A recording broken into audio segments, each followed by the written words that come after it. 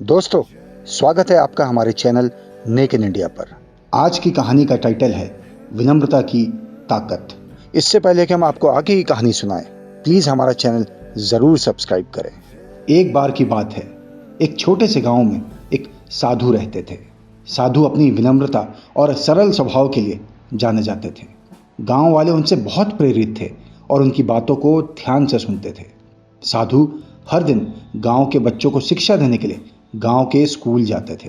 उसी गांव में एक दिन एक घमंडी राजा आया।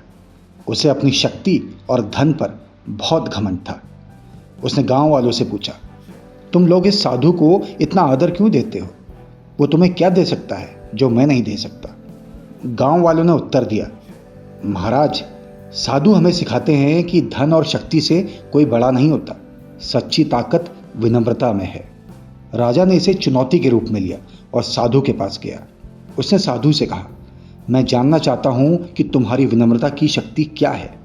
अगर ये सच में इतनी शक्तिशाली है तो मुझे एक दिन के लिए अपने साथ रखो और मुझे सिखाओ।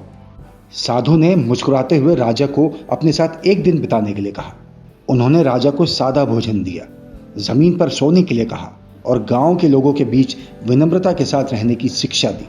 राजा को शुरुआत में कुछ अजीब सा महसूस हुआ, लेकिन धीरे धीरे उसे आनंद आने लगा। वो समझ गया कि लोगों की सच्ची सेवा और विनम्रता से ही सच्चा सुख प्राप्त होता है। अगले दिन राजा ने साधु के सामने हाथ जोड़े और कहा, आज मुझे समझ में आया कि सच्ची ताकत विनम्रता में है। धन और शक्ति से हम दूसरों का दिल नहीं जीत सकते। तो दोस्तों, हमें इस कहानी से ये शिक्षा मिलती है कि सच्ची ताकत विनम्रता में होती है, न कि अहंकार में। विनम्रता से ही लोग हमारे साथ दिल से जुड़ते हैं। अगर हमारी ये कहानी आपको अच्छी लगी तो इसे सबके साथ शेयर करें। दोस्तों, ऐसी और भी कई मोटिवेशनल स्टोरीज के लिए सब्सक्राइब करें हमारा चैनल नेक इन इंडिया और हाँ, बेल आइकन जरूर प्रेस करें। धन्यवाद।